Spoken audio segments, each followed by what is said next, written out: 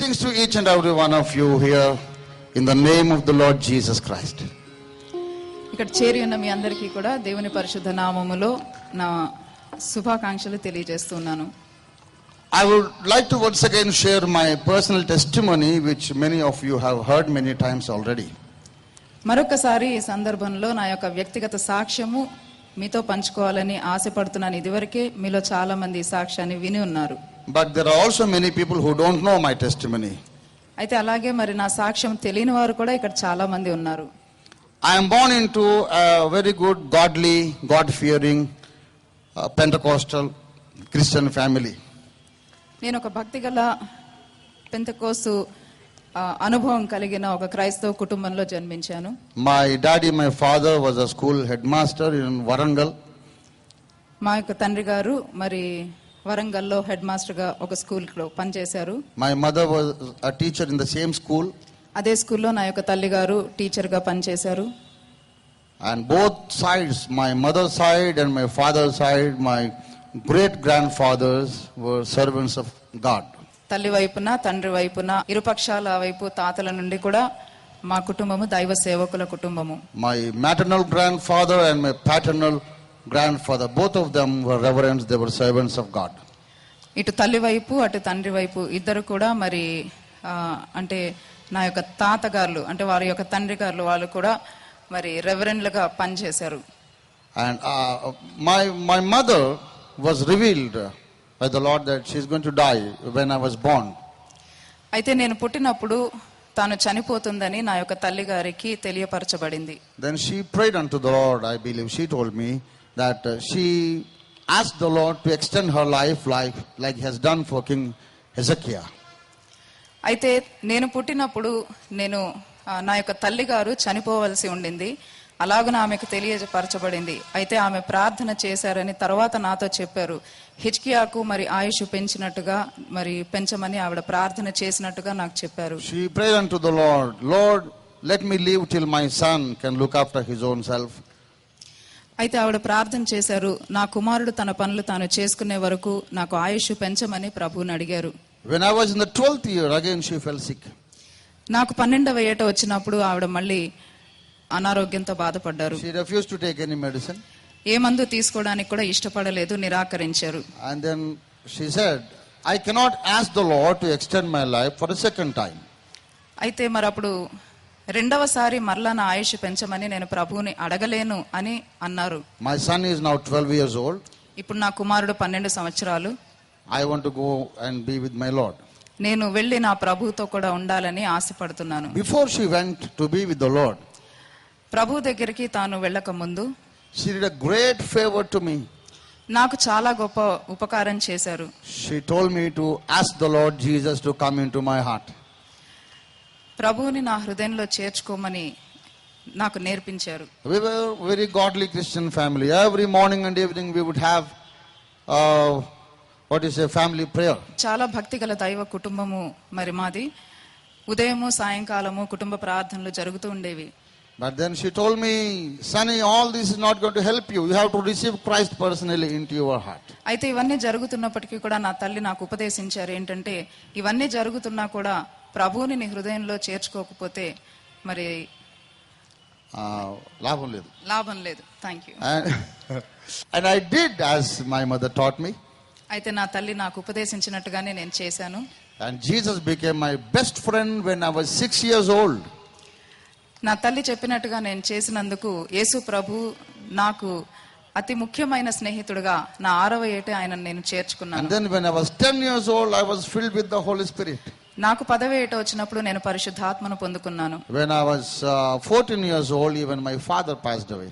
నాకు 14 ఏళ్ళు వచ్చేసరికి నా తండ్రి గారు కూడా ప్రభువు దగ్గరికి చేరుకున్నారు. When I was 18 years old, I got employed in a central government undertaking called ECIL. నాకు 18వ ఏట వచ్చేసరికి మరి సెంట్రల్ గవర్నమెంట్ అండర్టేకింగ్ అయిన ECIL లో నేను ఉద్యోగం చేస్తూ ఉన్నాను. When I was 21 years old, the Lord called me to his ministry. నాకు 21 ఏట వచ్చేసరికి మరి ప్రభు నన్ను సంపూర్ణ సేవకు పిలుచుకున్నారు. I was called very clearly by the Lord. అయితే చాలా స్పష్టంగా ప్రభు నన్ను పిలిచారు. I was not imagining things or I was not seeing things with my own wish. అయితే నేను ఏదో ఊహించుకోవడం వల్ల గానీ లేకపోతే నాకేదో భ్రమ కలిగి మరి నేను చూసినవి కాదు. God spoke to me through the prophecy of a man who never knew me. అయితే ఒక వ్యక్తి ద్వారా, నేను ఎరుగని ఒక వ్యక్తి ద్వారా దేవుడు నన్ను ప్రవచనం ద్వారా సేవకు పిలుచుకున్నారు. And then God gave me a vision. ఆ తర్వాత ప్రభు నాకు ఒక దర్శనం కూడా ఇచ్చారు. The same vision I saw more than 100 times.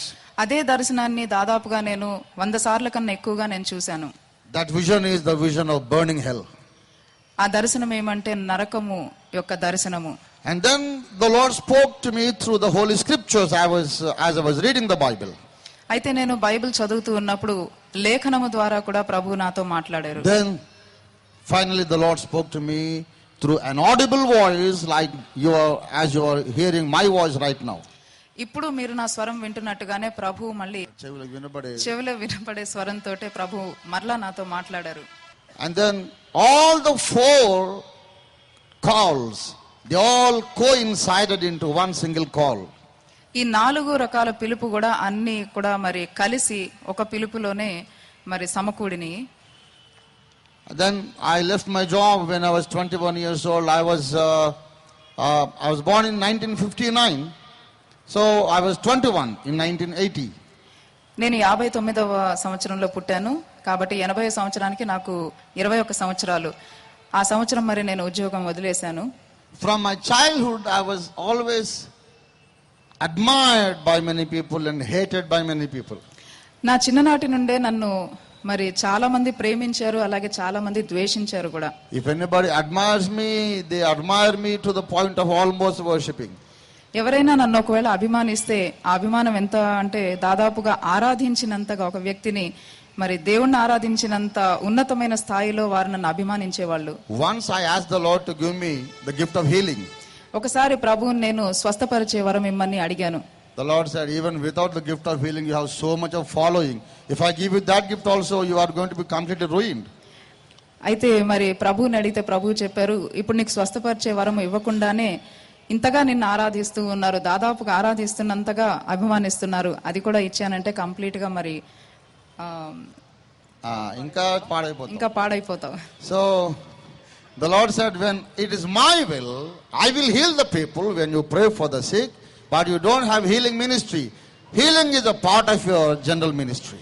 అయితే స్వస్థపరచడం అనేది కేవలం నీ యొక్క పరిచర్యలో భాగమై ఉంటుంది, కానీ కంప్లీట్ గా అదే పరిచర్యగా మాత్రం నేను నీకు ఇవ్వను. నా అవసరమైనప్పుడు నా చిత్త ప్రకారము నీవు ప్రార్థన చేసినప్పుడు నేను ప్రజలను స్వస్థపరుస్తానన్నారు. So I always had people around me who were admiring me like anything. అయితే నా చుట్టూ ఎప్పుడు కూడా నన్ను అభిమానించి ఆరాధించే వాళ్ళు ఎప్పుడు ఉంటూనే ఉన్నారు. But I had always people who hated me to the point of almost trying to kill me. అయితే ఇంత అభిమానులు చుట్టూ ఉన్నా కూడా నన్ను అంతే మరి ద్వేషంతో చూసేవారు కూడా ఎప్పుడు నా చుట్టూ ఉన్నారు. ఎంత ద్వేషం అంటే దాదాపుగా చంపేసేటంతగా మరి ద్వేషించిన వారు కూడా ఉన్నారు. This is the experience of every man of God who is truly called and used by the Lord. ఇదే అనుభవము దేవుని చేత పిలువబడి దేవుని చేత వాడబడిన ప్రతి దైవజనుడికి కూడా ఉంటుంది. Dr. Martin Luther had the same problem. Doctor Martin Luther గారికి ఇదే సమస్య ఉండింది. Apostle Paul had the same problem. అపోస్తలుడైన పౌలుకి ఇదే సమస్య ఉండింది. As Sampath Babu said, even King David had the same problem. Sampath గారు చెప్పినట్టుగా రాజైన దావీదుకు కూడా ఇదే సమస్య ఉండింది. David was greatly loved and admired, and there were many people who were hating him. దావీదుకు కూడా మరి అతన్ని ప్రేమించేవారు ఎంతో మంది ఉన్నా కూడా అతనిని ద్వేషించిన వారు కూడా అనేక మంది ఉన్నారు. And I'm very sensitive fellow. You can ask my sister sitting here, they will tell you I was more sensitive than a girl. నేను చాలా సున్నితమైన మనస్సు కలిగిన వాడిని. కావాలంటే మరి మా అక్కయ్యలు ఇక్కడే కూర్చున్నారు, వారిని మీరు అడగవచ్చు. And the people who hated me have done a great favor to me. అయితే నన్ను ద్వేషించిన వారు నాకు చాలా గొప్ప మేలు చేశారు. They have hurt me, and finally they made me a warrior for God. నన్నెంతో గాయపరిచి నన్ను దేవుని కొరకు ఒక సైనికునిగా సిద్ధపరిచారు. I became a rough and rugged fellow, a warrior for Christ. ఇప్పుడు నేను చాలా కఠినుడిగా మరి దేవుని కొరకు కఠినపరచబడ్డవాడుగా నేను తయారయ్యాను. So I am so grateful to the people who hated me. అయితే నన్ను ద్వేషించిన వారిని బట్టి నేను చాలా సంతోషిస్తూ ఉన్నాను. Anyway, ultimately, when the Lord called me when I was 21 years old in 1980.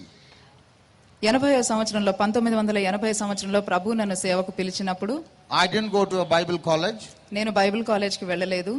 I wanted to go to a Bible college. నేను Bible కాలేజ్కి వెళ్ళాలని I అనుకున్నాను. tried to go to a Bible college. వెళ్ళడానికి ప్రయత్నించాను కూడా. My elders have advised me to go to a Bible college. మా పెద్దలు కూడా నన్ను తప్పకుండా బైబిల్ కాలేజ్కి వెళ్ళమనే ప్రోత్సహించారు. But the Lord who called me to his ministry told me not to go to a Bible college. అయితే నన్ను తన సేవకు పిలుచుకున్న ప్రభువు మాత్రము బైబిల్ కాలేజ్కి వెళ్ళడానికి వీల్లేదని చెప్పారు. I asked him, why Lord, why you don't want me to be trained in a theological college? అయితే నేను ఈ విషయమే ప్రభువుని అడిగాను, ఎందుకు ప్రభువా మరి నేను ఒక బైబిల్ కాలేజ్లో ఎందుకు నేను చేరకూడదు, అక్కడ ఎందుకు నేను ట్రైన్ అప్ కాకూడదు అని. The Lord said, I want to be your teacher and master, kneel down in my presence and learn from me. అయితే ప్రభు చెప్పారు, నా సన్నిధిలో మోకరించి నా దగ్గర నేర్చుకో, నేను నీకు బోధకుడినై ఉండగోరుతున్నాను అని. In 1982, the Lord again came to my prayer room. 1982లో ప్రభువు మరలా నా గదిలోనికి దిగి వచ్చారు. The Lord comes to my prayer room every day. ప్రభు నా ప్రార్థనా గదిలోకి ప్రతిదినము వస్తూ ఉంటారు. The Lord comes to your prayer room every day. మీ ప్రార్థనా గదిలోనికి కూడా ప్రతిదినము ప్రభు వస్తూనే The ఉంటారు. Lord is with his children whenever they are kneeling down to pray. దేవుని బిడ్డలు ఎప్పుడెప్పుడైతే మోకరిస్తారో ప్రభు తప్పకుండా అక్కడికి దిగి వస్తారు. So when I say the Lord came to me in 1982, అయితే నేను ఇప్పుడు 1982లో ప్రభు నా దగ్గరకు వచ్చారన్నప్పుడు, so I don't think that the Lord is never coming to me again. మరి ఇంకెప్పుడు నా దగ్గరికి రాలేదు, అప్పుడు మాత్రమే వచ్చారని దయచేసి ఎవరు He is అనుకోవద్దు. coming every day. ప్రతిరోజు వస్తూనే ఉన్నారు. That coming was different. ఆ రావడం అనేది ప్రత్యేకమైనది. That coming was visible. ఆ రావడం అనేది దృశ్య రూపకంగా జరిగింది. That coming was, I was able to feel it with my physical senses. శారీరకంగా ఆ రావడం అనేది నేను అనుభవించగలిగాను. He came to me and stood before me. ఆయన వచ్చి నా ఎదుట నిలబడ్డారు. He said, look up. పైకి చూడు అన్నారు. I looked up. పైకి చూశాను. There is no ceiling. పైన కప్పు లేదు, గదికి I'm not ఉండాల్సిన in the కప్పు room. లేదు. నేను గదిలో లేను. There are no walls around me. నా చుట్టూ గోడలు లేవు. All blue sky. నా చుట్టూ అంతా కూడా నీలాకాశమే ఉంది. And the Lord said, look up. అయితే అంతలో ప్రభు పైకి చూడు అన్నారు. There were 9 books in the heaven. పైన ఆకాశంలో 9 పుస్తకాలు As you are ఉండడం seeing them here. చూశాను. ఇక్కడ మీరు బ్యానర్ మీద చూస్తున్నట్టుగా 9 books. 9 పుస్తకాలు. And the Lord said, write down the titles and the index also. అయితే ప్రభు చెప్పారు, పైన కనిపిస్తున్న ఆ పుస్తకం యొక్క టైటిల్, పేరు, అలాగే లోపల ఉన్న విషయ సూచిక రాసుకోమని He చెప్పారు. even said, you draw the cover design also. Cover page కూడా దాన్ని మరి బొమ్మ గీయమని చెప్పారు. The first book is Yugantam, that means the end of the age. మొదటి గ్రంథము యుగాంతము. The second book is the knowledge of the holy. రెండో గ్రంథం పరిశుద్ధ దేవుని గురించిన జ్ఞానము. And the third one is God's divine cosmology. మూడవది దేవుని విశ్వ ప్రణాళిక. The fourth one is the roar of the lion. నాలుగవది సింహనాదం. The fifth one is the glory age, the new age of glory. ఐదవది మహిమ ప్రపంచము. The sixth one is that lampstand. ఆరవది ఆ దీపస్తంభము. The seventh one is ఏడవది the history of the universe. విశ్వ చరిత్ర. The eighth one is the methods of interpretation. Bible వ్యాఖ్యాన పద్ధతులు. The theological term for that is hermeneutics. హెర్మెన్యూటిక్స్ అంటారు దాన్ని. The ninth one is 9వ గ్రంథము empty book. ఖాళీ గ్రంథము. The cover is white, glossy white, shining white. Cover page అంతా కూడా తెల్లగా మెరుస్తూనే ఉంది. And the Lord opened the cover. Cover open చేశారు ప్రభు పైన. The index page is empty. విషయ సూచిక కూడా ఖాళీగానే ఉంది. He showed me all the pages. అన్ని పేజీలు తిప్పి చూపించారు. Almost 300 pages. దాదాపుగా 300 The పేజీలు. book is totally empty. ఆ పుస్తకం అంతా కూడా ఖాళీగానే I ఉంది. said, Lord, I can't see anything on that book. అయితే నేను చెప్పాను, ప్రభువా నాకేమీ కనపడట్లేదు ఆ What I గ్రంథం have మీద. to write down? నేనేం రాయాలి అని. The Lord said, just you keep quiet now. When the time comes, when the time is full, I will reveal about that book. అయితే ప్రభు అన్నారు, ఇప్పటికి నువ్వు మౌనంగా ఉండు, సమయం వచ్చినప్పుడు ఆ గ్రంథం గురించి నేనే నీకు చెప్తాను అని. And after 10 years in 1992, the Lord himself came to me once again. దాదాపుగా 10 సంవత్సరాలు అయిన తర్వాత, అంటే 1992లో మరలా ఒకసారి ప్రభు తానే నా దగ్గరకు వచ్చారు. He said, son, you didn't ask me about the 9th book. ప్రభు దిగి వచ్చే, కుమారుడా నీవు ఆ 9వ గ్రంథం గురించి నన్ను అడగలేదే. The Lord speaks like a friend. దేవుడు ఎప్పుడైనా సరే ఒక స్నేహితుడిలాగానే మాట్లాడతాడు. That's why he spoke to the prophet Moses. అలాగే మరి ప్రవక్త అయిన మోషేతో కూడా మాట్లాడాడు. He said, son, you didn't ask me about the 9th book. అయితే ప్రభు దిగొచ్చి మరి కుమారుడా నీవెందుకు ఆ గ్రంథం గురించి నన్ను అడగలేదు? So I do talk to him like a friend. నేను కూడా ఆయనతో స్నేహితుడితో I said, Lord, you told మాట్లాడాను. me to wait and I'm waiting for your time. అయితే నేను అన్నాను, ప్రభువా నీవే నీ సమయం కొరకు వేచి ఉండమని చెప్పావు కదా, నేను ఎదురు చూస్తూ ఉన్నాను. Okay. Come and fast today. I want to reveal about the 9th book. అయితే రా ఈ రోజు ఉపవాసం ఉండు, నేను నీతో మాట్లాడాలి అని. He said, firstly, that is the book you should not write with a pen. మొట్టమొదటిగా ప్రభు చెప్పిన విషయం ఏంటంటే ఈ గ్రంథము నువ్వు కలముతో రాసేది కాదు అని. I said, not with a pen, Lord. Then you want me to write with a pencil or what? మరి కలంతో రాయొద్దు, పెన్ తో కాదంటే మరి పెన్సిల్ తో రాయమంటావా? See, I'm a fool in the Lord's presence. I talk like a child. దేవుని సన్నిధిలో నేను ఒక చిన్న పిల్లోడ్లాగా అజ్ఞానిలాగే మాట్లాడుతూ ఉంటాను. He said, no. అయితే ప్రభు Don't అన్నారు, write it on a paper. ప్రభు అన్నారు కాదు, అసలు నువ్వు అది కాగితం మీద రాయనే వద్దు అని. Don't write with a pen, not on a paper. అయితే కలంతో రాయొద్దు, కాగితం మీద రాయొద్దు. And I got totally confused. అయితే నేను చాలా ఆశ్చర్యంలో మునిగిపోయాను. He said, that's the book you have to write with your tongue. అయితే ప్రభు చెప్పారు, ఆ గ్రంథము నీవు నీ నాలుకతో రాస్తావు అని. How can I write a book with my tongue, Lord? అయితే ఒక పుస్తకాన్ని నేను నాలుకతో ఎలా రాయాలి ప్రభు అని అడిగాను. Have you forgotten? He said. మర్చిపోయావా అని అడిగారు ప్రభు. You have read 45th Psalm more than 100 times. 45వ కీర్తన దాదాపుగా 100 సార్లు కన్నా పైగా చదివావు కదా. My tongue is like the pen of a scribe. నా నాలుక వడిగా రాయు అని కలము వలె ఉన్నది. And 2 Corinthians 3rd chapter 3rd 4th 5th verses. 2వ కొరింథీ పత్రిక 3rd chapter 3వ అధ్యాయము 3rd 4th and 5th 3-4 వచనాల్లో Paul says, you are the epistle of Christ written by our ministry. అపోస్తలుడైన పౌలు అంటూ ఉన్నాడు, మా పరిచర్య మూలముగా వ్రాయబడిన పత్రిక మీరు కాదా? Then the Lord said, అప్పుడు ప్రభు అన్నారు, a time will come when you will establish a Bible college and you will write what I have taught you on the hearts of the people. అయితే ప్రభు చెప్పారు, ఒకానొక సమయం రాబోతుంది, నీవు అప్పుడు ఒక బైబిల్ కాలేజ్ని స్థాపిస్తావు, అక్కడ ప్రజల హృదయాల మీద నీ నాలుకతో నేను నీకు ఉపదేశించిన సంగతులు నీవు వారికి బోధిస్తావు అని. This is the time you have to listen very carefully.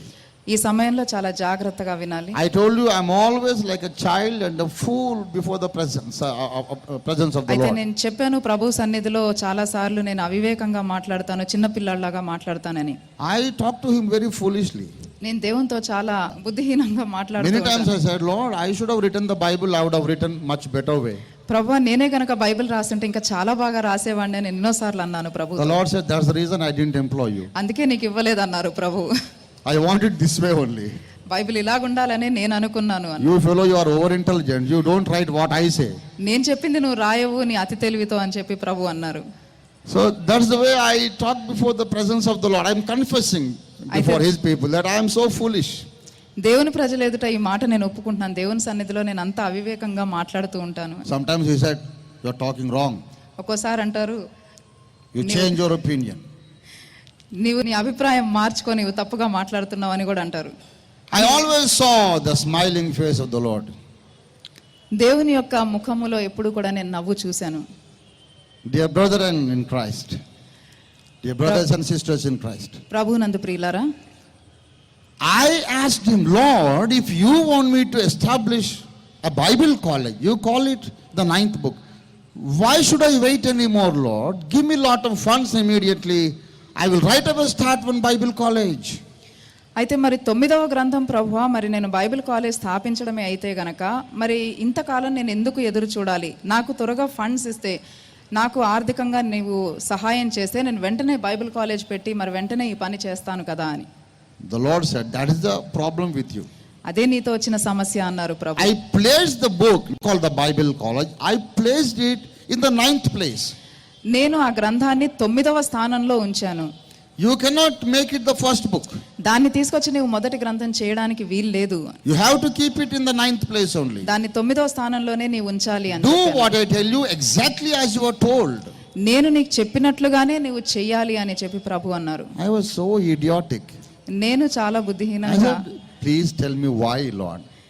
ఎందుకు ప్రభువా అని అడిగాను. He said, if you now establish a Bible college, ఇప్పుడు గనక నీవు Bible కాలేజ్ని స్థాపిస్తే where do you have the textbooks to be used in the Bible ఆ college? Bible కాలేజ్లో వాడటానికి నీకు టెక్స్ట్ బుక్స్ ఎక్కడి నుంచి వస్తాయి అని. You don't have textbooks.